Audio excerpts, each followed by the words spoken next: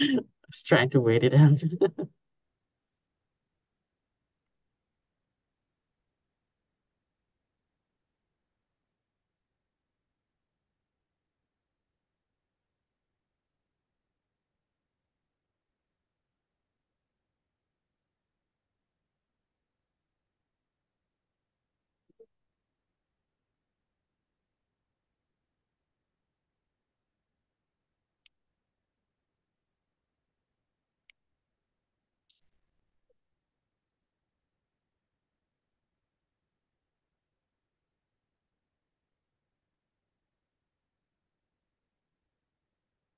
Yep, I should do it.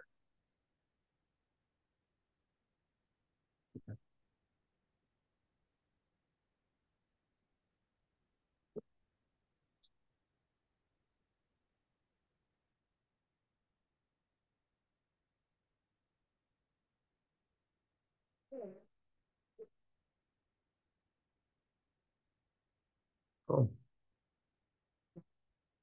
All right. Hey everyone, give us a couple minutes as people are filing in, and we'll get ourselves started. Glad you all could join us this afternoon.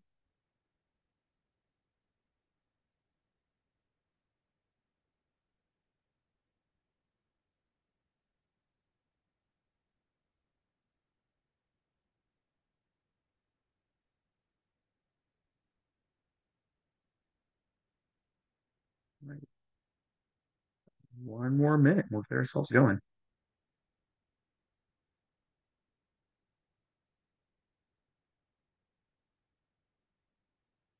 Get my phone. Hey,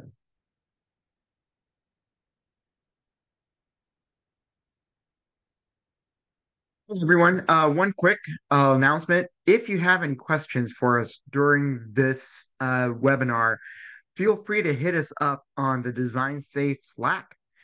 There is a channel that we've created particularly for this webinar. It is channels called hashtag webinar dash 02 dash 2024. So it's webinar dash 02 dash 2024. And I'll make a note of that in one of the slides. Has that channel on there as well. And we already have a question. So to ask if the webinar will be recorded and posted later so we can review the content. Yes, indeed. It's recording now, and we will put this on our YouTube channel within a week or so. So it'll be available. Thank you. All right, it is 1:03 Central Time. So let's go ahead and get ourselves started. First off, welcome everyone. This is, I think, the first webinar we're doing for 2024, so maybe the second one. But thank you so much for joining us today. We host these webinars throughout the year about different aspects of design safe, different parts, keeping you up to speed on what we've done as far as interface wise or any changes. And then we also do little tutorials.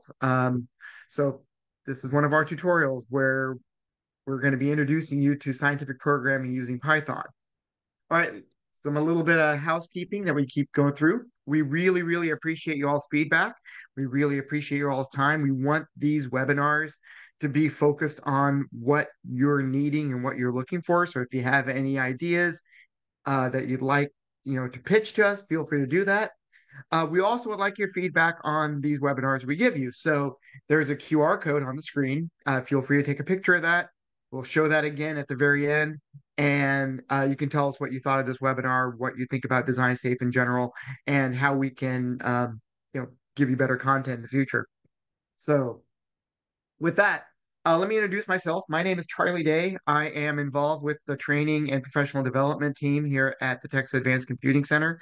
For those of you who do not know, Design Safe is what we call a science gateway. It's a portal. What it allows us to do, it allows us to do science, of course. And in our situation, it allows us to do natural hazards research. Behind the scenes of Design Safe are some pretty impressive supercomputers. Um, and they're all hosted in our data center here at TACC. It's about 15,000 square feet and about 18 megawatt data center. So there's a lot of power going on there. And we have a few new machines coming online here soon. So feel free to check out our website. Just do a Google on TACC, that's TACC, and see what our systems are about and see how we can maybe help you all out with your research. So I'm a part of the TACC training and professional development team. I teach a lot of courses on main campus. We're associated with the University of Texas. And so basically my job is to help you use our machines to do better science. So with that, one of the tools we have is this, of course, I'm sure all of you have heard of this programming language called Python. For a long time, a lot of our scientific computation work has been done using programming languages like C++ and Fortran. Those C++ and Fortran are performance-wise are much stronger languages to do scientific research code in.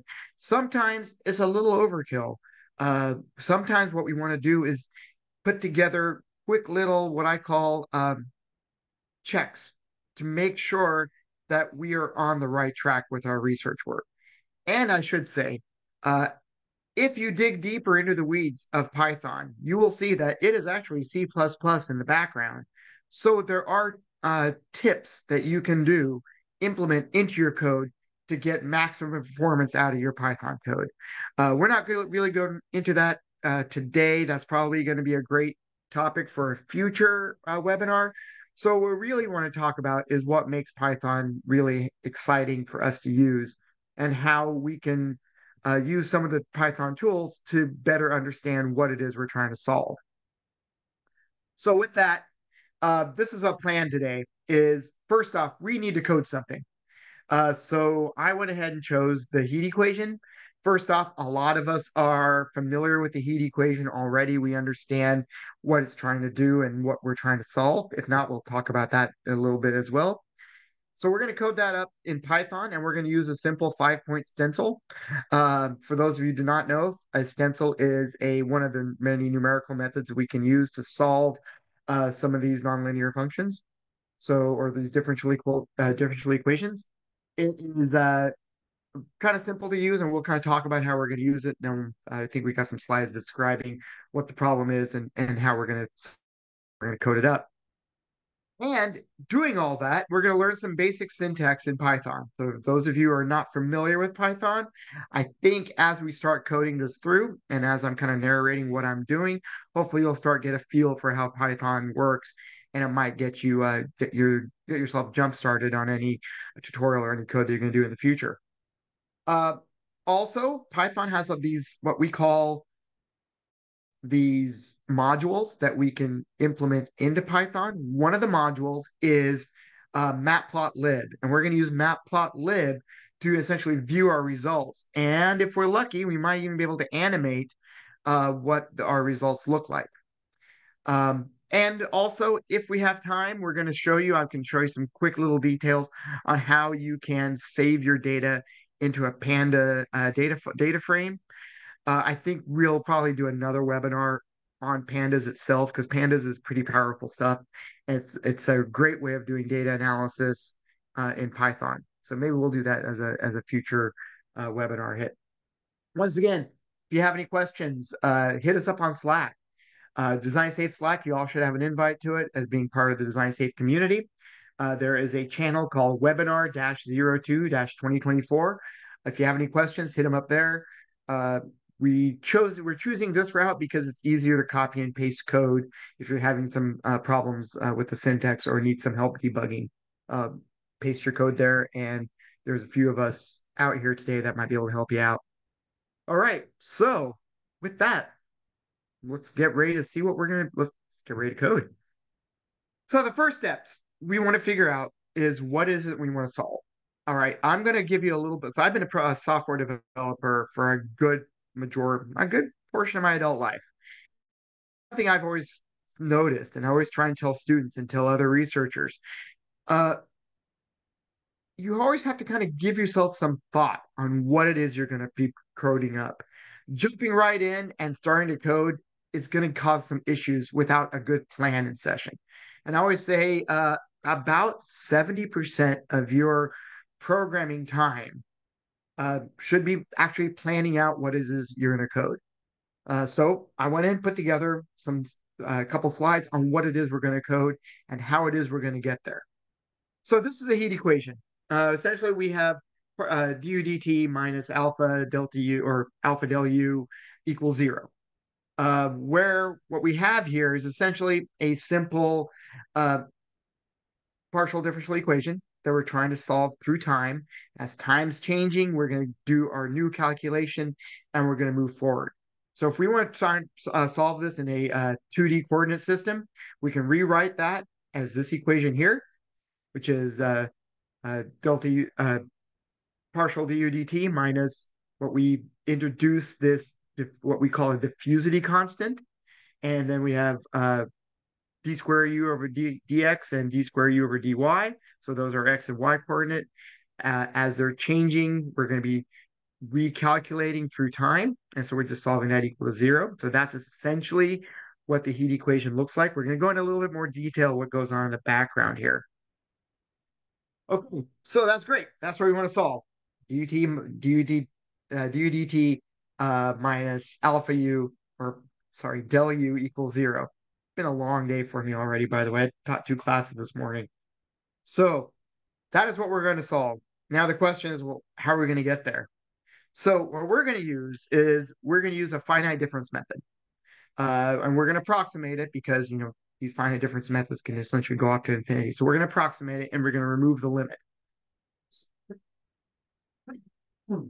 Excuse me. So instead of using a differential unlimited, we're going to use the delta symbol, which is going to be in our finite, which is our finite difference. And then, yes, this is a note. This is definitely oversimplified because we have to use some Taylor series expansion and end up deriving it. So we're just kind of going to push it into this little. We have this little bit. We have f prime u is approximated by f a plus h. So we have a plus our h, which is our change, minus f of a all over h. So in a nutshell, that is how we're going to be approximating our f prime. There's going to be some errors. We understand that, but we can hopefully our method will be able to take those errors into consideration when we're trying to plot by keeping our time step to be somewhat reasonable. Okay, so next point. We got our finite difference method. So where do we go from that? Well, once we have our finite difference method, we're going to discretize the spatial domain over our interval. So we're going to have our x, we're going to have our y, and we're going to have our time. Of course, you can rotate that however you need to. We're going to create a delta x value, which is going to be our change in x. Our delta y value is our change of y. And our time, we're just going to set that to 1, and we're just going to march on through. So when we look at everything, we're going to have u, which is what we're calculating, is going to be a function of x, y, and t. All right, so that's our x, our y, and our time. And that's going to be given us as u super k of u to the k I minus j. So that is how we're going to be visualizing and calculating each point is going to be created. Then we're going to take those points, we're going to plot them out, and we're going to see what we can come up with. All right, so let's extend that a little further for the heat equation. So we can rewrite the heat equation, all right, that we had up here,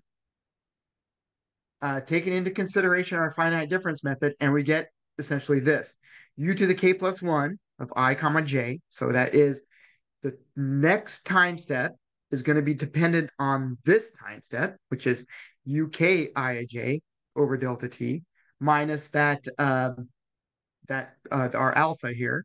And then, of course, we have u to the k, I plus 1, u to the k. If you notice, we have I plus 1j, ij, I minus 1j. And then we have uk, ij plus 1, ij, and ij minus 1. All right, so what is this telling us? Essentially what it says, hey, if you want to know what this value's point is right here, we need to know what the values are next to it and previous to it, and then above it and below it. And we're going to see what those values were from the previous time. So essentially saying, hey, if you want to solve what's currently going on now, we're going to look at what happened at the previous time step, at the surrounding points, and we're going to use those to predict what the current point value is. All right, so we're going to take all that and we're going to rearrange it to something we can actually kind of look at. And we get this guy down here, this UK plus 1. So the next time step, I comma j, is going to essentially be dependent on the current time steps, I plus 1, I minus 1, I, j plus 1, j minus 1, and ij. All right. So we're looking at those 1, 2, 3, 4, 5. Hence why it's called a five-step stencil. We're looking at 5 values from the previous time step to solve for our current time step. All right, so hopefully you're all with me still. I haven't lost anybody. Once we get past this, and that's pretty much done with the math, and we just start coding, and that's kind of where I enjoy being at, honestly. Okay, so we have our heat equation. We have a method of solving it. We've kind of put this down into something simpler that we can essentially make a formula out of. And now what we want to do is what it is we want to solve. Okay, so what I want to have you all imagine, I drew it out over here, is we're going to have a plate, all right? And the plate is going to be, we're going to give it a hot edge on top. So we have 100 degrees Celsius on top. All the other edges are going to be at 0 degrees Celsius. And at our initial condition, what we're going to do is we're going to set every point in this grid or in this metal plate to be 0. So the only place we have that's hot is at the top. And of course, the idea is what we're going to do is we're going to then run through our code and see how that heat dissipates through the entire plate. And then if we really wanted to, obviously, you can take the heat source away and see how the entire thing cools again. I think we're just going to take it up to where everything gets hot and see how that heat starts dissipating through this plate. All right, so for our model, so now we're going to go and build this model. We're going to take our delta x value, we're going to set that equal to 1. And I think for simplicity's sake, we're going to set delta x and delta y equal to the same value. We're going to have an alpha value of 2. And then we're going to essentially iterate over I and j to each point. We're going to iterate over and figure out what the temperature is going to be at each time. And that time is going to be denoted by K. All right. So we're going to march for every K. We're going to march from I to some number and J to some number. And that's going to be your entire calculation of this plate. All right. So we're going to Hey, have Charlie, can I interrupt for just a second? go I for see it. YJ Kim has his hand up. I just want to Okay. check. YJ, I'll allow you to unmute if you want to ask a question.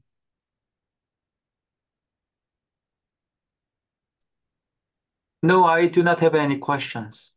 Oh, okay. Okay, I saw your hand was up. Oh, okay, sorry about that. No No problem. problem. Just wanted to It's make all good. sure. Cool. All right. So hopefully you all are still with me here. Okay. So the next thing we're going to do, we're going to have to start coding this guy. Some of the modules that we're going to use, and like I said, I'm going to walk you through the entire programming structure. So hopefully you'll understand what we're doing in each of our code. Things we'll need, we're probably going to need Matplotlib.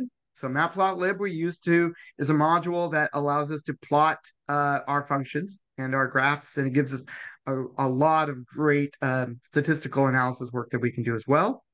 We're going to use it to plot our data, and we're going to use it to animate our data. So hopefully that'll go well.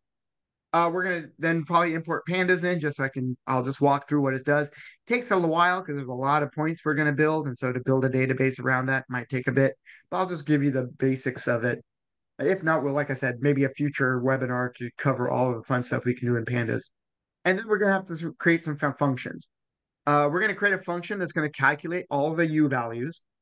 So essentially we can pass to this function the number of time steps we want to take and what our dimensions of our plate are going to be.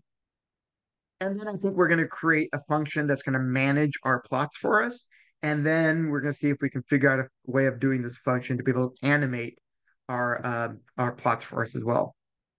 Okay, so let's head on over to design safe, and should have it set right here.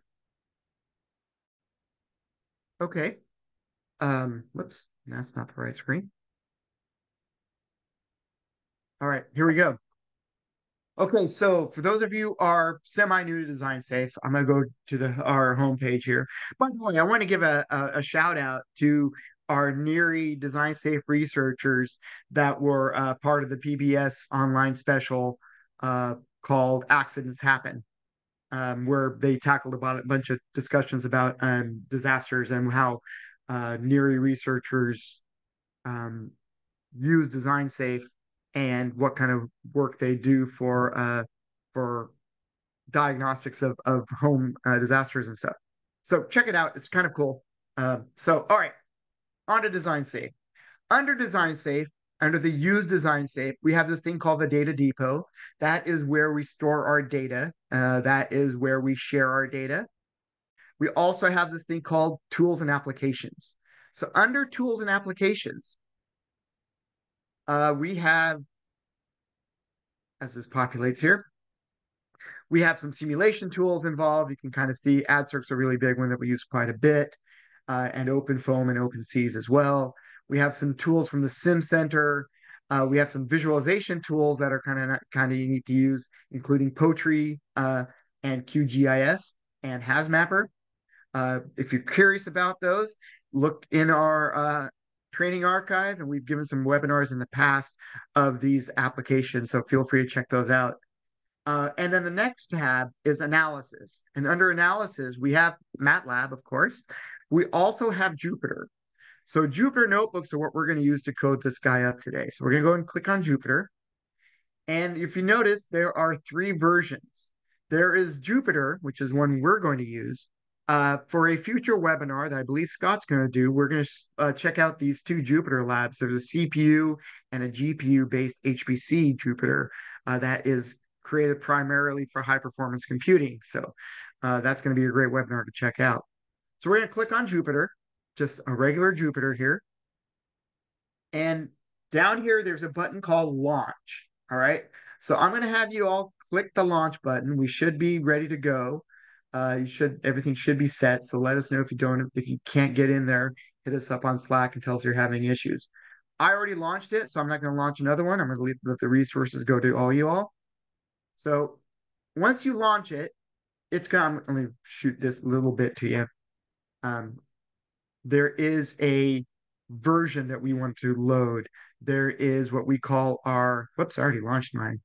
There is a old Jupyter, or what we call classic Jupyter, and then there's the new improved Jupyter image. The new improved image is the one that we want.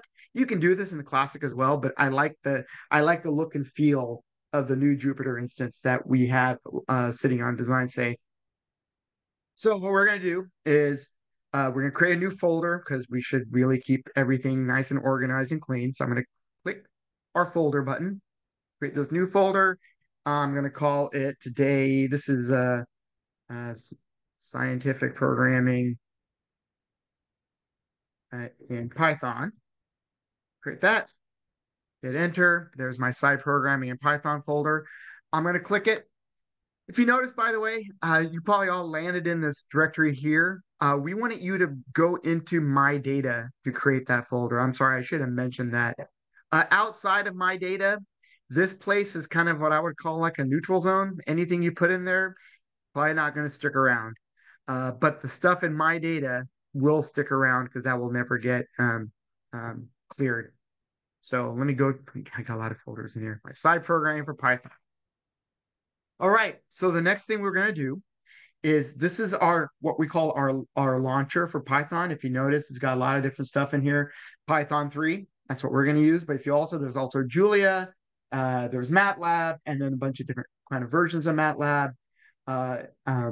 And some console app, you can do Python on the console as well. And then also a terminal window for standard terminal. You also notice there's an R console, and then we almost have R notebooks as well. R is actually a really cool language as well. Y'all should probably check that out. All right, so I'm going to click on Python. That will get me to this screen. It'll launch me a new Python notebook. And if you notice, it's blank. It's called Untitled. So I'm going to give it a name. So I'm going to right click up here, or you can right click in here, and we're going to click on rename. I'm going to rename this to SciPro Pi. Why not? Okay, so we're in a Jupyter notebook now. Jupyter might be new for some of y'all. Essentially, each one of these lines is what we call a cell. There are different types of cells. There are programming cells. There are markdown cells and raw cells. So a markdown cell is essentially markdown is a specific type of document formatting. So if I say something like hashtag, say this is my very first notebook, and I hit Shift Enter, it's going to render that using the single hashtag, which is for a title. There's also subtitles. So let's get this thing started. So we can do subtitles as well, and so on and so forth. It's great being able to document your code while you're writing it. I know a lot of us aren't very good at documenting, but Jupyter Notebooks give you a really great format to just be able to document your code as you go. In fact, I know some people at InDesign Safe that use Jupyter Notebooks as a live research paper. So they have their research notes and everything about it. And then when it comes to the diagrams, they're actually little bits and pieces of design of code that actually runs the program for you in the middle of your research paper. So that's kind of cool. All right. So once we do some of these, we can do some Python codes. I can say print hello world. And so this is in a coding cell. If you notice, coding cells are a little different. We got this little these brackets here. If I hit Shift Enter, it'll go and execute that cell of code. And then if you notice, it puts a number by it. That number is the execution order that the notebook was ran in. So if I run that again, Shift Enter, it goes up to a 2. If I do and say something else here, print, hey, this kind. Cool. And hit Shift Enter here again. If you notice, that's now a 3. And if I go back here and enter, that's of course is going to be a 4. So it gives you a good order of how things have been ran in. So if you go back and rerun a bit of cell, you can, it'll have it might change other cells, what they're going to produce, what output they're going to produce. And of course, it gives us the output on the next line. Okay, so that's kind of the background of how these Jupyter notebooks work. There's also Control Enter. So if you notice, Shift Enter moves me to the next cell. Control Enter keeps me on the cell that I'm at. So I'm hitting Control Enter, and if you notice, it's just changing the execution order. And it puts the focus back on the cell I just ran. Okay, so the first thing, if you remember, I said we need to include some modules. One of the modules is NumPy. All right. Some of these modules are preloaded in our Jupyter image. Some of them we actually may have to install. For us today, we're going to be using NumPy, we're going to be using Matplotlib, and if we have time, we're going to be using Pandas. Those are all already baked into the image, so we do not need to pip install those externally. So import NumPy, enter. I'm going to import Matplotlib.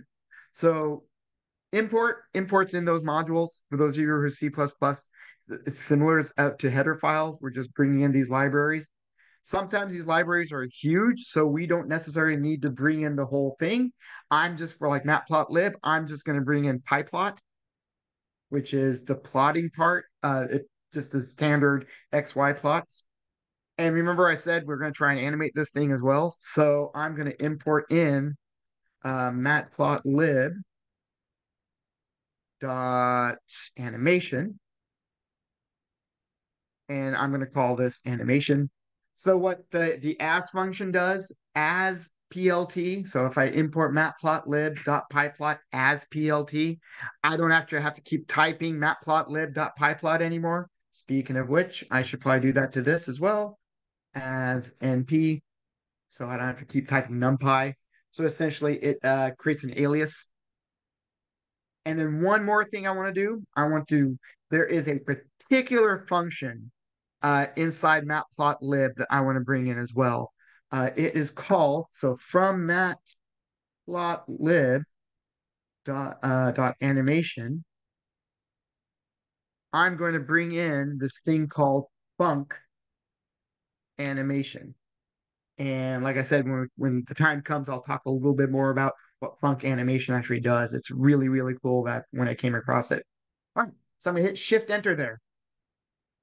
It's going to give us a little star, and it's going to import all those stuff in, and it's going to advance our execution order. So now I'm at execution number 10. Okay, so that's all the housekeeping stuff we need to set up our Python notebook. The next thing we have is we need to set up our variables, our parameters that we need for our code. One of the things we need is, you know what? I'm going to document my notebook so I can publish this later. We'll call it, put a markdown in there. Let's do 1, 2, 3. All right, so we need some variables for our model. Specifically, we need, get this out of the way. Taking up a lot of real estate on my screen. All right. So we need some variables set up. So one of those is going to be the plate length. Plate length. What else do we need? We need our max iteration. So how many time steps are we going to go? So I'm just going to call it max iter time. We need that value, that alpha value. So I'm going to say alpha. And remember, I said we're just going to use one value delta x. We're going to set that to the same value as delta y and set that to 1, I guess. And so I'm just going to say delta x since we don't need y as well. All right, so Shift Enter on that, and we have some comments, which is great. So first thing, plate length. Plate length, I'm going to set that equal to 50. We also need the maximum iterations of time, max iter time. I think 1,000 gives us a really, really nice plot. But for time's sake, I'm going to just make that 100. Maybe we can go back and we can increase it. But 100 for now should be fine. He'll give us enough information to go on. And then, of course, we need that alpha value. And I'm going to set alpha equal to 2.0 and our delta x. So something I like to tell the classes I teach students and research that I do training for. Programming, when you write code, your code really should tell a story. All right, and believe it or not, it's actually kind of true. In fact, one of the things I do in my C++ code or classes, I actually tell the students to start when they're having issues with their code. Tell me your story. Tell me the story code, and have them start with once upon a time. So we can kind of do that here. You kind of see notebooks do a great job of that. Once upon a time, we are solving this heat equation that we haven't put but we need these variables. Plate length equals 50, max iter time equals 100, alpha equals 2.0, delta x equals 1. And then we let the story continue. Hit Shift Enter there. Let's do another markdown.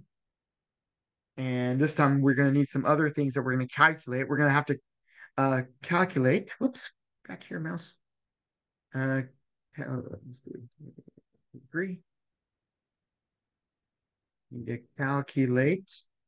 We have to calculate some variables. Variables. All right, what are we going to calculate? We're going to calculate our delta t, because that's going to be based on whatever delta x is. If you notice on that slide deck, I actually have how our delta t is going to be calculated. I should show you that real quick so I don't get lost here. There we go. So if you remember, going back here, this is our going to be calculated for what we're going to call our delta t that k is going to be moving in, right? So here's our k is k times delta t. And then to calculate that, we're going to calculate this gamma value. And that's going to equal alpha of delta t over delta x squared. So this is what we're going to move forward with. All right. So we're going to calculate that, and we're going to calculate our delta t, and we're going to calculate our gamma. So we need that gamma as well. Just enter that. So first off, delta t is going to equal delta x squared. I have the slide deck in front of me here so I can make sure that I'm doing things right. So delta squared divided by 4 times alpha. Okay. So for those of you not familiar with Python, the two asterisks are the raised to the power. So delta x asterisk asterisk 2 is, delta x squared. And then, of course, 4 times alpha. So these values are variables up here. The next thing we have is that gamma that we talked about. And that gamma is going to equal alpha times delta t divided by delta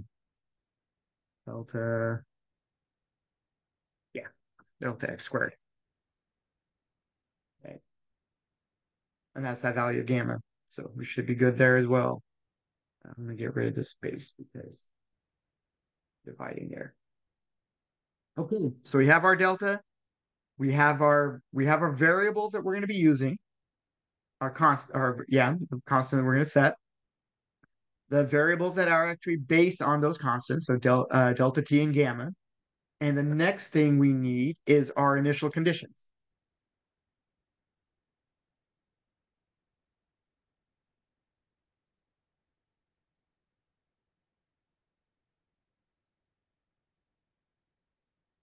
All right, so our initial conditions are, remember, that is given to us through, go back to the slide deck here.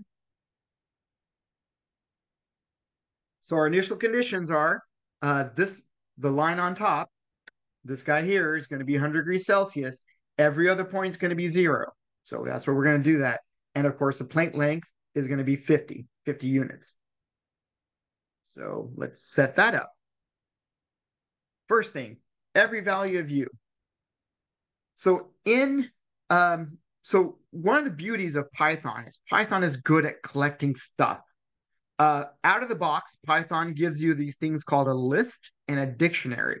So lists and dictionaries are fantastic ways of collecting data because a list can be any kind of data. It could be a combination of integers and floats and strings and text files and graphics and plots and whatever you want.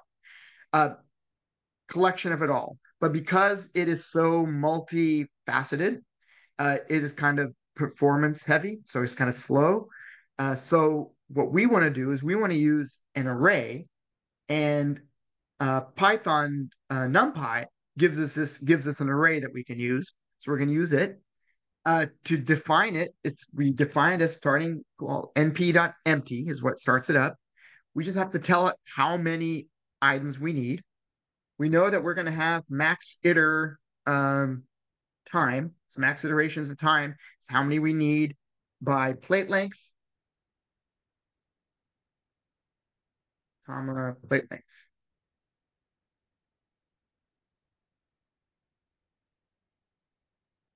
All right, because plate length by plate length is our square, and then we want to have as many a max iter time amounts, because that's how many time steps we're going to take is max iter time. So we need that many of them. And it's 50 by 50 by my max iter time is 100. So that is that. The other things we need to do is set up our initial conditions. So u initial, meaning all the values of u that we want, are going to equal 0. The top, so we're going to say this, u top equals 100. Remember I said that is where our hotspot's going to be, is at that top of our plate. That top is going to be 100. All the other values are going to be 0. So we're going to say u sub top equals 100. Hey, U Charlie, quick left. question. Yes. Um, there was a question, are we going to share these slides? Oh, I guess, absolutely will. would it be okay if we put this notebook that you're developing in a community data folder under the training? That's a great idea. Okay. Even better that I'm actually putting comments in the code then. Yeah, Yeah. Well, we'll do that as soon as we're done with this. may need to clean it up a little bit before posting, but yeah, we can post it at the time maybe that the video appears on YouTube. Sure, that sounds perfect. All right, cool. That's Thanks. good. That's a good call. All right, and then we're gonna do U bottom. All right, so the reason I like doing it this way is, first off, your code needs to tell a story. And this tells a much better story than if I just set up this array and put the hundreds and the zeros everywhere I need them to be. This kind of tells me, oh, the initial values of U are going to be 0, top's going to be 100, left is going to be 0, right's going to be 0, and the bottom's going to be 0. Like I said, code should tell a story. Also, future you, 2 years from now, when you look at this program again, future you is going to be very happy with past you, especially if you made everything clear and concise and put in comments and your variable names make sense. And yes, I am saying that out of experience. And I'm going to fill this up. So this U is our array, right? And we know how many values of it has. So what I'm going to do is I'm going to go ahead and fill that up with all of our initial conditions and set everything up. So the first thing I'm going to do is U dot fill, and I'm going to fill it up with that U initial. So now that matrix that I created here, U, all the values are going to be 0. Shift enter there. And now that we got our initial condition set up, we're now going to set up our boundary conditions. So I'm going to go ahead and make another markdown. Boom, boom, boom. Set up our boundary conditions. Okay, so so what's going to go there? All right, this is where Python really rocks. Okay, Python and Fortran, I should say, and in fact, actually, Python gets this from Fortran, is it allows us to do something called slicing. What it essentially says is we can slice out certain parts of our database or certain parts of our matrix and just pull those out and give them specific values. For example, the top line is going to be, well, we want all the points. And where is it going to be? Well, we just want that top section. So essentially it's going to be plate length -1, because whatever our plate length is 50. -1 is going to be 49. So we're going to call that our top. And then we want all the other values. So I can do this, meaning everything along this axis. And I'm going to say plate length.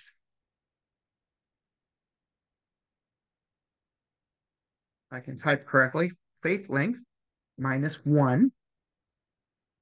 So from that point all the way to 50, okay? So it's going to be those two little boxes there. I'm going to put a colon there and then put one more colon, meaning all of this, all of the time, this value for X, and then all of the Y's essentially is going to be my top. So yeah, I think that's right. U top, which is going to be 100. Then we're going to do the left. So for that, there we go. I like get rid of these parentheses. My bad. It's square brackets. And then one thing I like about Python is you can kind of tell when things don't line up right. That's when it gives you your error. So I'm going to say everything to 1. That is going to equal U left. And then the other slice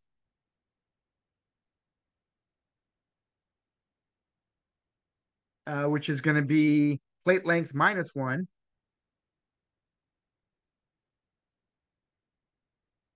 Here, plate length -1 to the end. We're going to equal that is going to be our U right. And then, of course, we just have the bottom to do. What also is the nice doing it this way is if I want to change my boundary conditions at any time, let's say I want the heat to be coming from the left or the heat to be coming from the right, I can just make the changes in my initial condition and not have to go through and remind myself where everything is, which is what I have to do here, because this is the bottom is going to be to 1, and then that is going to be 1 on, because that's okay. Because 1 plate length -1, because that's where our values are going to be our bottom. So we're going to go all the way to 1 there, and then on the right. So yeah, 1 to 1. I think, yeah, I'm right. Sometimes I need to actually draw this thing out to make sure it's looking the way I want it to look. But you bottom. Those are our boundary conditions. Okay, now we're going to need 2 functions, right? I said one of the functions is going to be the actual calculations of the values for U. And might as well put that here. So we're going to do our 1, 2, 3 calculates U function. All right. So those of you who are not familiar with Python, so if you notice so far, all these values I'm putting in here, I'm not giving them any data types. Now there are data types in the behind the scenes, but when I'm initializing these variables, I'm not giving them a type. I'm just giving them a value.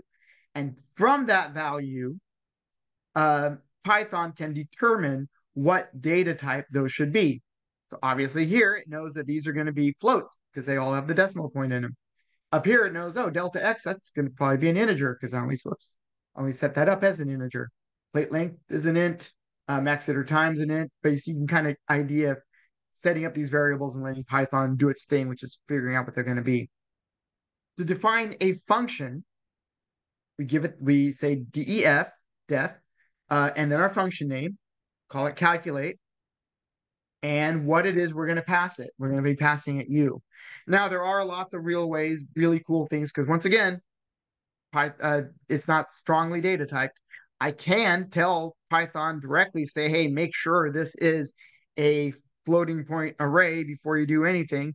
But you know what? We're just going to set up some general code here. Maybe someday in the future, we can maybe reinvestigate and make this thing even smoother or better and strongly typecast stuff. But for the most part, I think we're going to be all right. Okay, so Python, I think you all are very familiar with the term scope from other programming languages. So what Python has to do scope is we don't have the squiggly brackets like you do in C++. What we do is we indent. And your indentation does not matter what that is as long as it's consistent. So if you use 3 spaces throughout your code. If you do a tab throughout your code. 1 space throughout your code. As long as you're consistent. So I have mine set up to be automatically at 3 spaces. So I just hit enter, it automatically goes to 3. All right, so this is going to be our time loop. The way for loops work in Python are slightly different than other programming languages. Since I told you Python is great at collecting stuff. So really what you do is once you have a stuff, you can iterate through it. Well, for a for loop, that stuff doesn't exist anymore. So what we do is we create a range. So what we can do is loop over a range. So I'm creating a range from 0 to max iter time. Now I'm going to say max iter time -1 because the actual max iter time, that was our initial condition, right? Or in our boundary condition up here. So I'm going to go to -1 and then comma 1. So that's how we're going to go there, our stride. So we're going to go from 0 to max iter time in steps of 1. put a colon because this is all going to be part of this for loop. We need our index for I, or for our X. I'm going to say for I in range 0 to, well, in this case, we're going to go to plate length, and not all of plate length. We're just going to plate length -1 because, we have our boundary conditions. And 1. And then our last is for J in range 0, comma. Oh, I shouldn't put 1 there.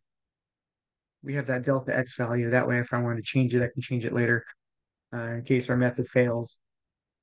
Length -1, also delta X. So that was all the easy stuff, because now we have to take that equation. I got it scribbled on this side, but I want to remind you all what it looks like. We got to take this equation that we created down here, and we have to make that into a formula inside of our calculate U function. K plus 1, ij, gamma times all of this. Okay. So like I said, I have it copied on the other screen, but just so you remind you what it is we're trying to do here. Back to my code. Whoops, go back to my code.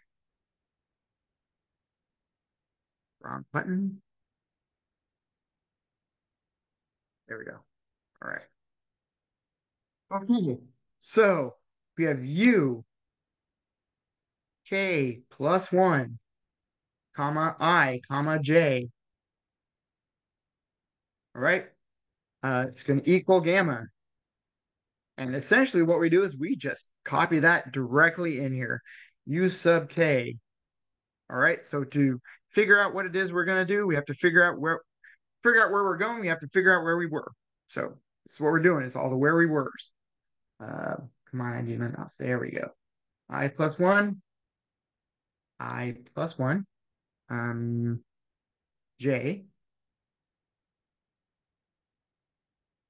plus U K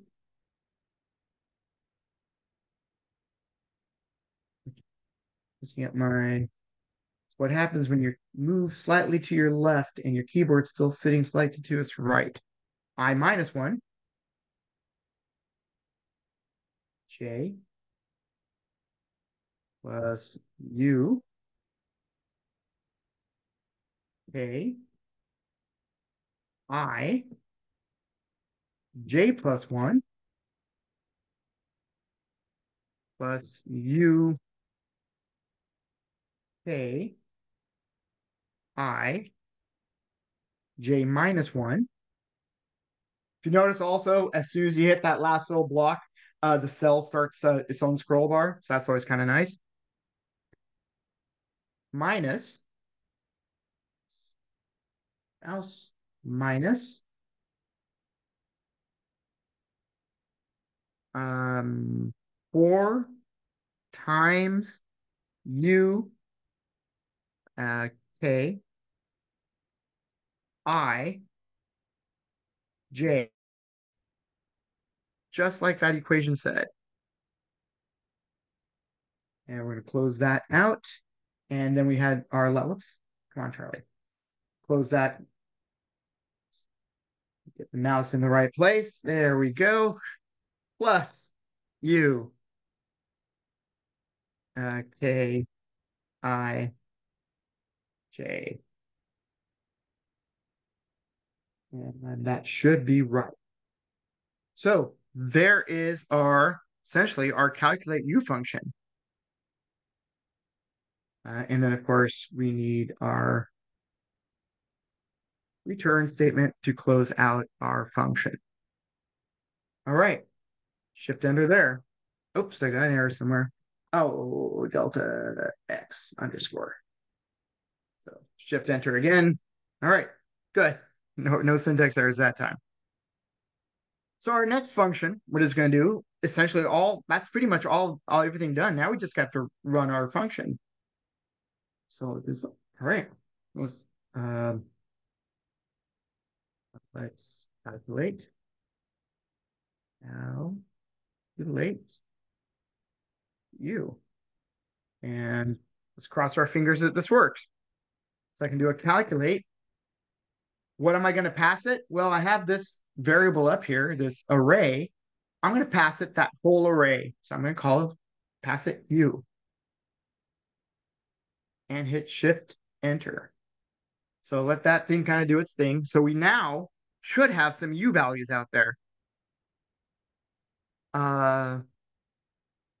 Okay, I didn't catch the ladle line of prompt 16. Oh, you're talking the our computational part? So, okay. Yeah, so the computational part is gamma, and this is coming directly off of our slide deck, which I know you don't have with you, but I'm going to do this. Let's see. I think I can. Nope. Thanks, great. Now let me pull that out. So this equation, come back here. This equation down here is exactly what we have. It is U k plus 1 ij equals gamma times UK I plus 1j plus UK I minus 1j plus UK I j plus 1 plus UK I j minus 1 times 4 times UK I j whole plus UKIJ. That is essentially what we derived from our finite difference method. So let's say if that's correct. Hey, Charlie, are these Yeah, slides ready to share? If so, you could send them to me and I'll pop them in community data and post a link so users can have them. sure thing. Let me share it with you right now. If you want to download it, Scott. Yeah, I can do that All right right. now.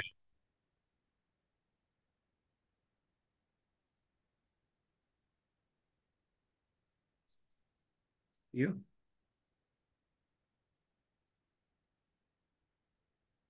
So like going to people in TACC. Let's, you know what, Scott, I'm going to go and copy the link. Oh, wait, can I just copy the link as a viewer and stick it in Slack?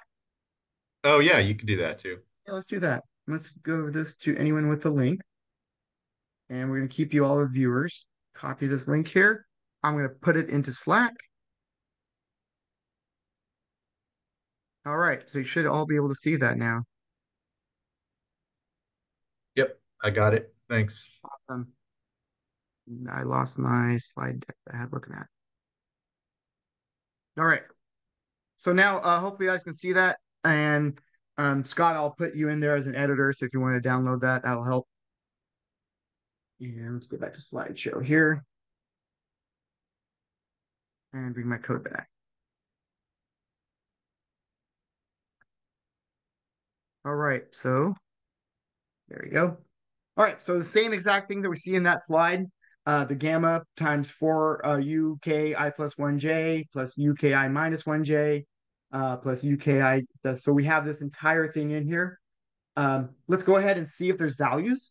I can just type U and hit Shift Enter, and it'll give me the entire array of U. So if you're looking at it, actually, it gives me like the first little bits and then the last little bits. So I can kind of see through here that, oh, here's our initial condition. Okay, that looks good.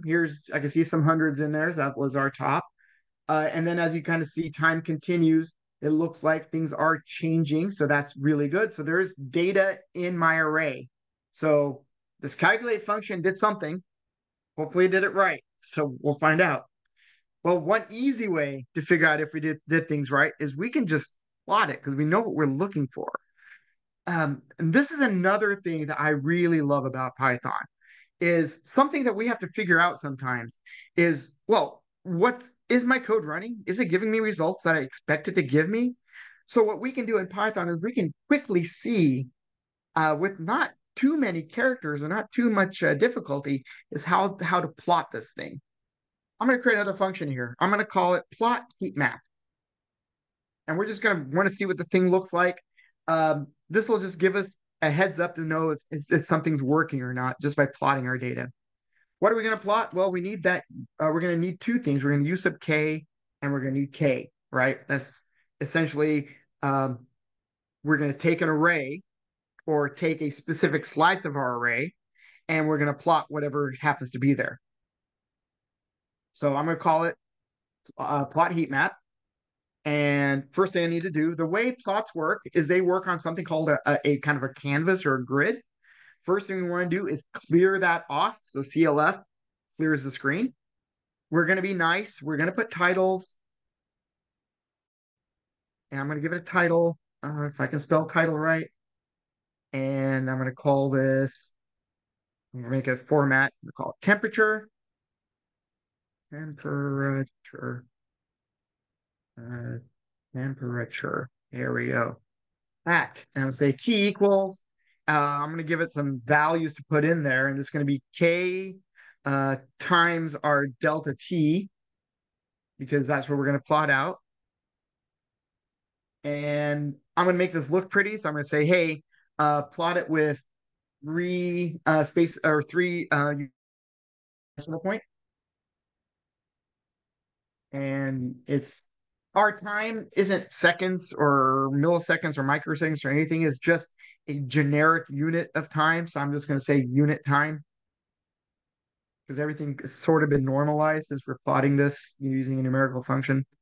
We're going to plot our X label, because that is what my geometry teacher had told me a long time ago, is that you always label your axes. So I'm going to do that to make her happy. Plot Y label.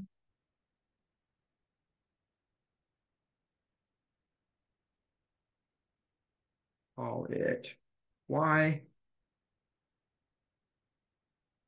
And then we're going to do these other things. It's kind of cool. Python gives you what I like to say, these pre-made color wheels. So I'm going to grab one of those pre-made color wheels, and what we're going to do is we're going to plot a mesh.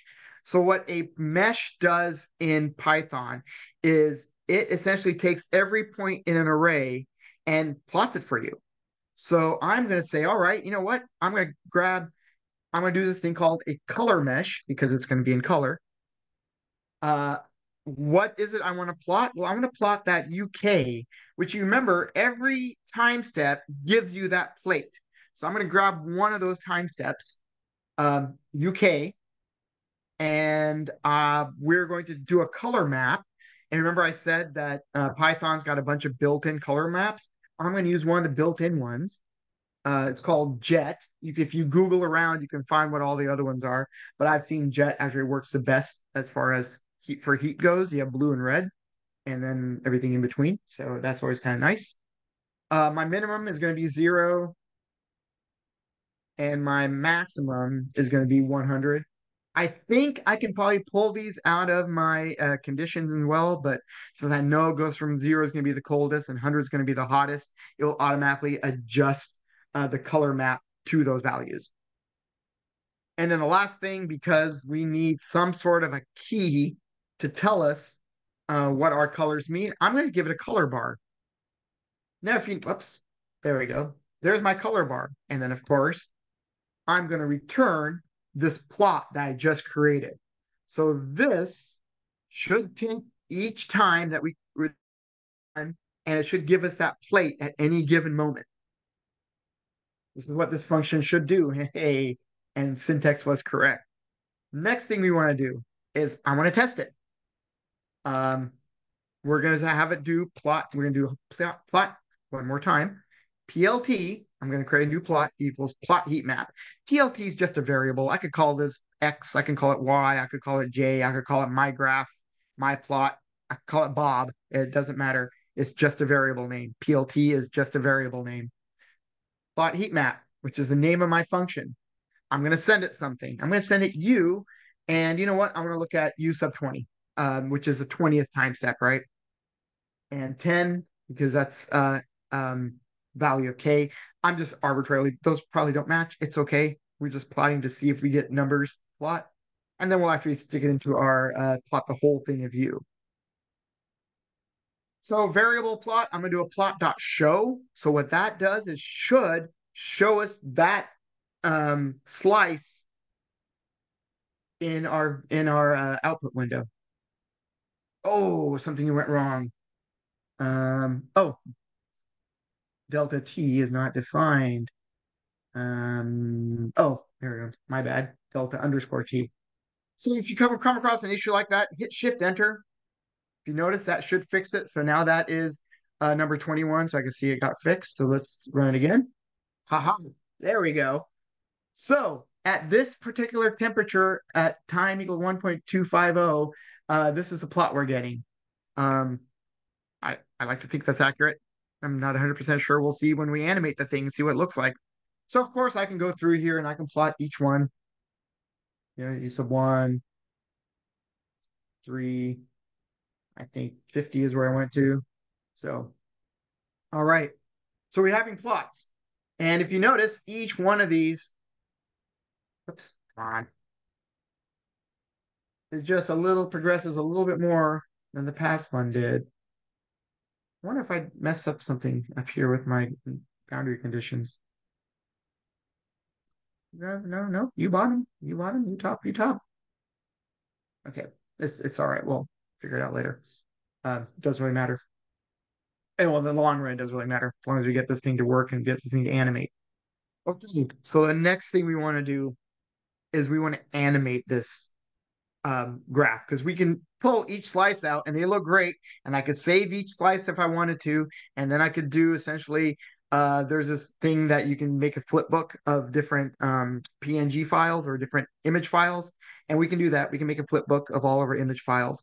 But Matplotlib has a built-in animation function, which is really, really, really cool. So I'm going to show that off to y'all. So first we need a function that actually does this animate stuff. So I'm going to make a function called animate.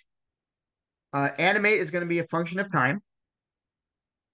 And what I want to do now is I'm going to just call this heat map at each unit of time.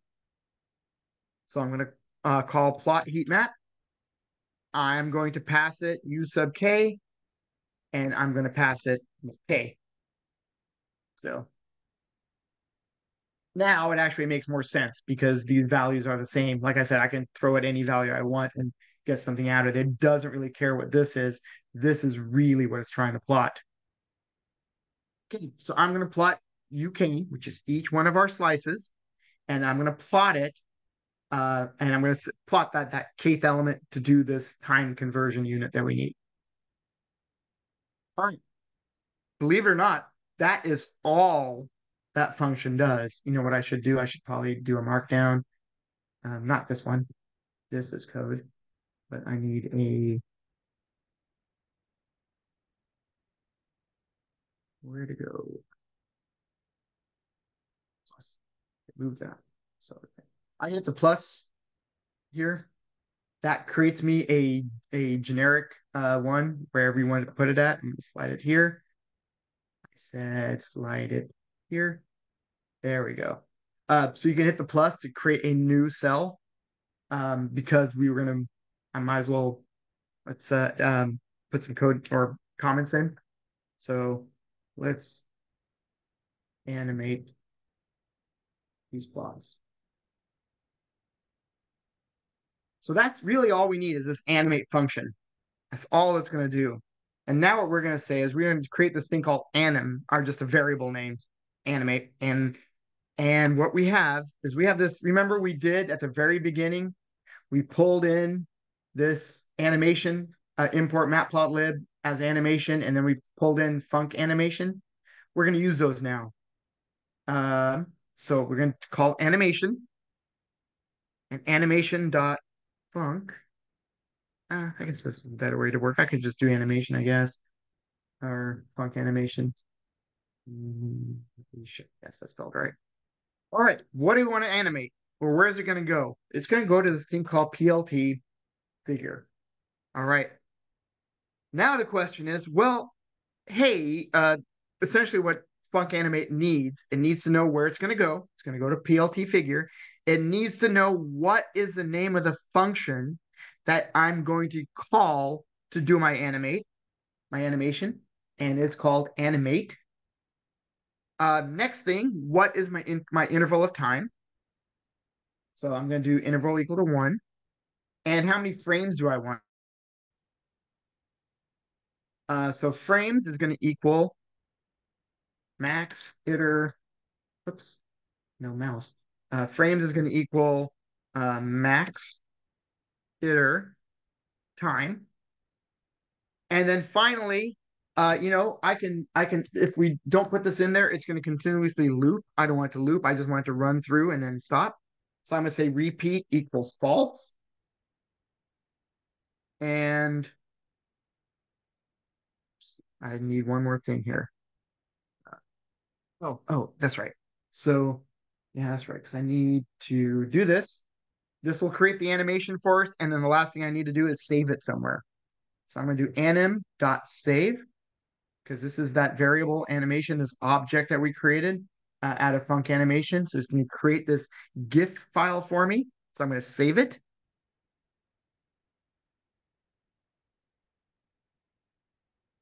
Okay. Yeah, I'll post my version up there and you could maybe take the two one. So I'll check it out. We're going to do anim.save and I'm going to give it a name. Heat equation animation.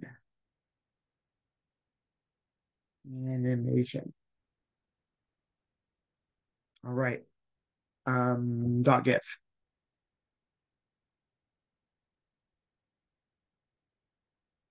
All right. So it should give you this thing called Movie Writer FFmpeg unavailable, and it's saying using Pillow instead.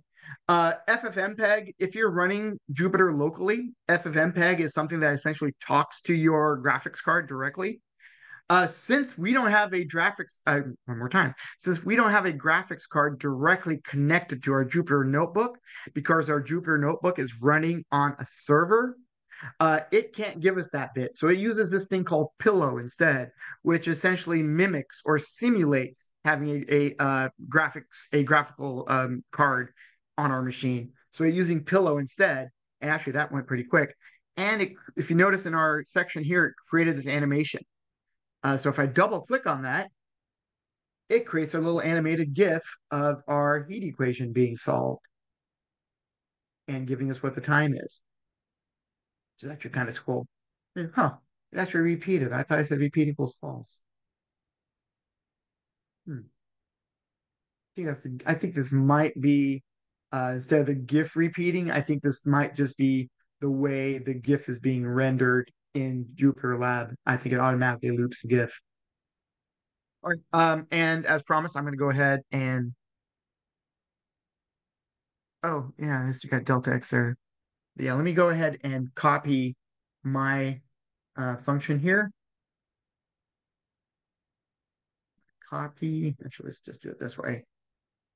Control C. And let me put that into Slack.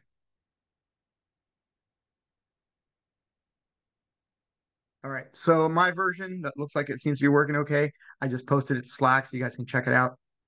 It might help with debugging as well. Oh, you also have plate length misspelled. It was spelling it was spelled the wrong way. I was spelling it Length, and those are the ones I hate. Charlie, I think in this case, delta X is 1 Yeah, for you. it is.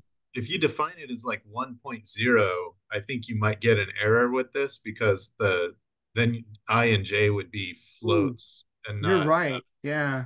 So if I I do think it should this, just be 1. yeah, you're right. It should just be one.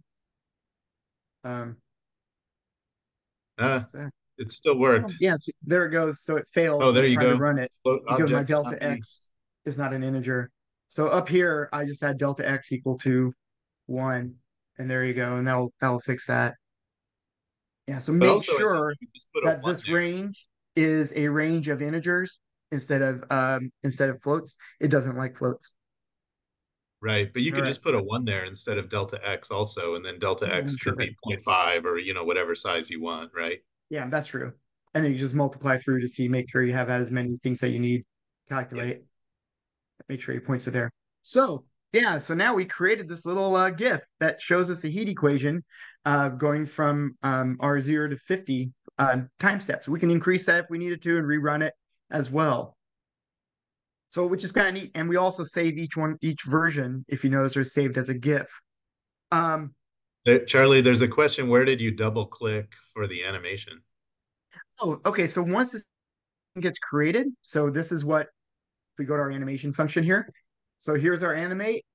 Here's our anim, and it's animation.func animate, and I gave it all the parameters it needs. Then do anim.save and give it a name with a .gif. And as soon as you call, so this is your function here, and this is what calls it. So if I run this bit, it's going to go ahead and start rendering each one of those images and then save the animation as a GIF. So as soon as I'm done with that, you'll be able to see that animate. This is from the old version. I just reran it. It'll create a new one. Said, should say seconds ago when it's done. And we should be able to double click it. So if you notice, got created, click it up. If I double click the animation.gif file, it'll go ahead and animate that or show me that GIF that we just created.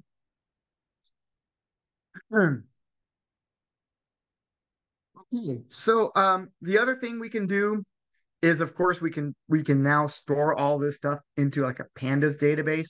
Pandas are kind of nice. I'm not going to go too far into it because we only have about 15 minutes left, but I am going to tell you quickly how you can put all this data in there.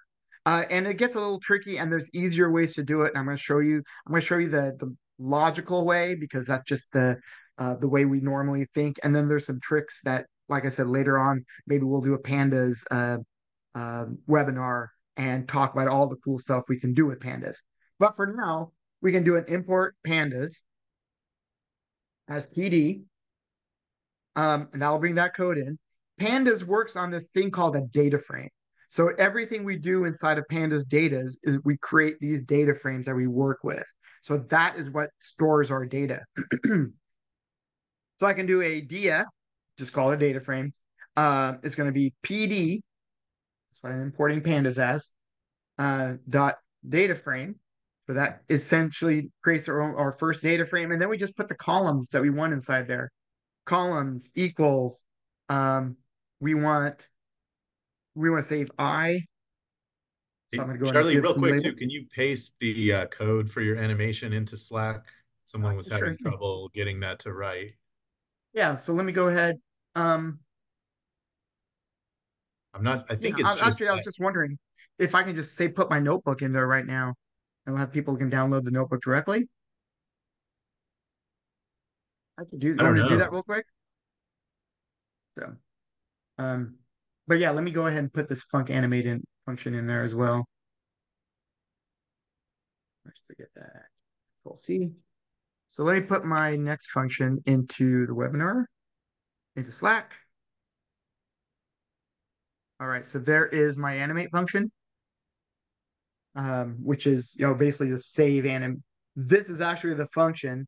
This is what calls the function and calls the function there, and then runs it through all the intervals and gives me all the values I need, which is what makes this animate function really cool. It's like, oh, it needs a variable. This is essentially going to be which frame I want to plot. This tells me where the frames, what the intervals are, and this tells me how many frames I want. And so all it does is sends these numbers in here, and then all I'm doing is plotting my heat map at each number that it's pulling in there. One being and one being the K, the interval, and then how far these intervals are, how many times of these frames I want.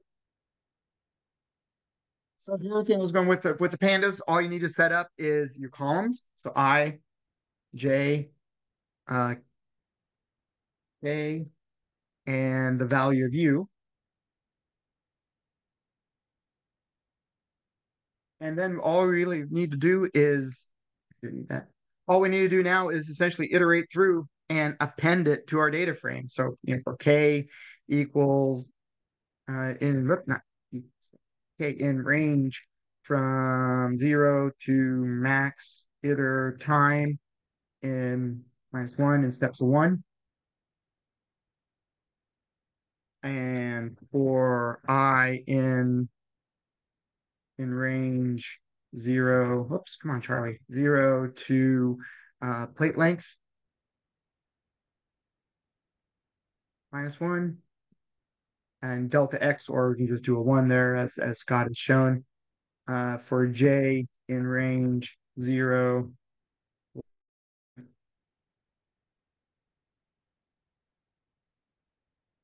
Oh, come on. Length minus 1, 1. And now all you have to do is essentially add everything to your data frame. So I can do data frame dot lock, which is essentially location. Where do I want this stuff to go? And then need some indices. Well, this is where you have to be a little clever.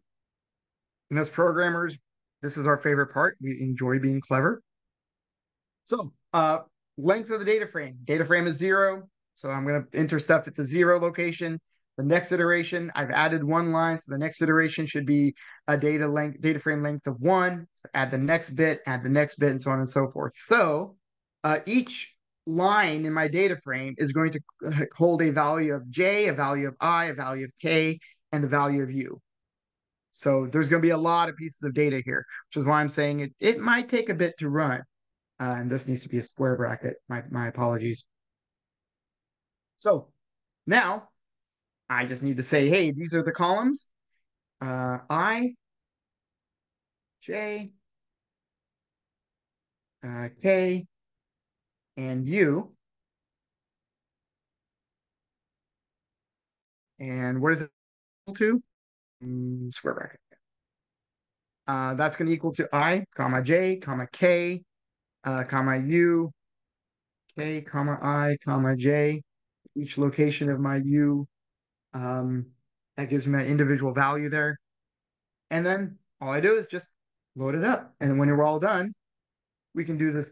We can just look at our data frame. We can do a data frame.describe, by the way, and that gives you a summary of your data frame.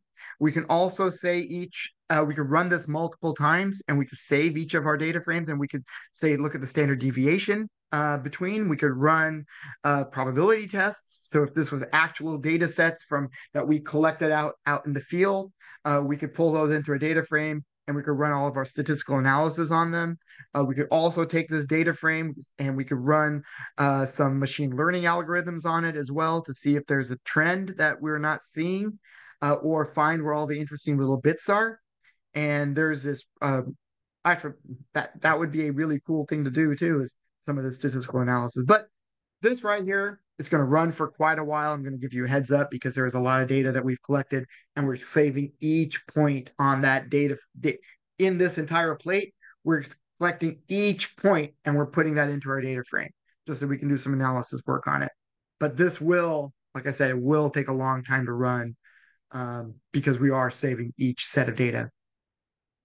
But that gives you an idea of how we can use Python to essentially manage and do our scientific code.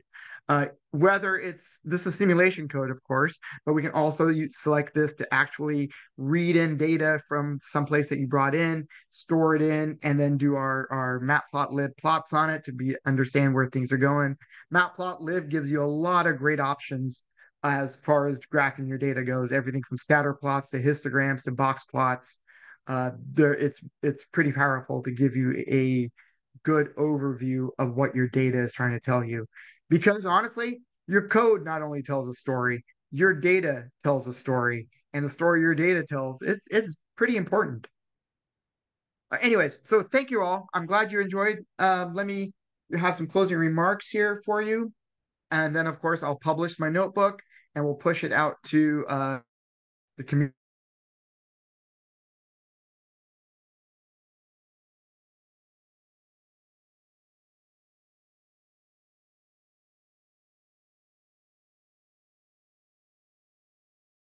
Place kind of on. I would like to point out first off, thank you all for joining us this afternoon. I really appreciate your time. I really appreciate your attention. Your questions have been great, and coding is not an easy thing. Debugging code is even worse. So I feel for you all, especially having to watch me code. But I will point out that we have a training archive on DesignSafe. So when this webinar is over and when we go through and curate it, we will post this to our DesignSafe training archive, which essentially just points to our YouTube channel. So you can also go to YouTube and look at all of our past our past webinars and our past tutorials that we put up there. But yeah, if you go to our training archive, you'll be able to see that. Once again, we really, really appreciate you all's feedback. So if you can, scan this QR code and let us know how we did for you today, I would really appreciate it. Thank you so much. We'll be able to get you better content and more focused content in the future as well. And of course, I'd like to thank Ellen Rafferty, who's our PI for this project. And of course, Scott Brandenburg, one of the co-PIs, who's essentially my boss on this project. And then, of course, Dan Sanzione, our director here at TACC. And of course, I can never forget Natalie for keeping us organized and herding us to where we need to go. So if you want more information, feel free to hit us on Slack under the general channel or the training channel. This channel will be open for a while, so feel free to hit us up here if you have any specific questions. Be happy to help you out. You can also email training@designsafe-ci.org or fill out a help ticket, and one of our front desk guys will get with you. So once again, thank you so much. Really appreciate your time, and we will definitely see you next time. We have some really great webinars planned for you all this semester. So thank you. Great. Thanks, Charlie. Good job.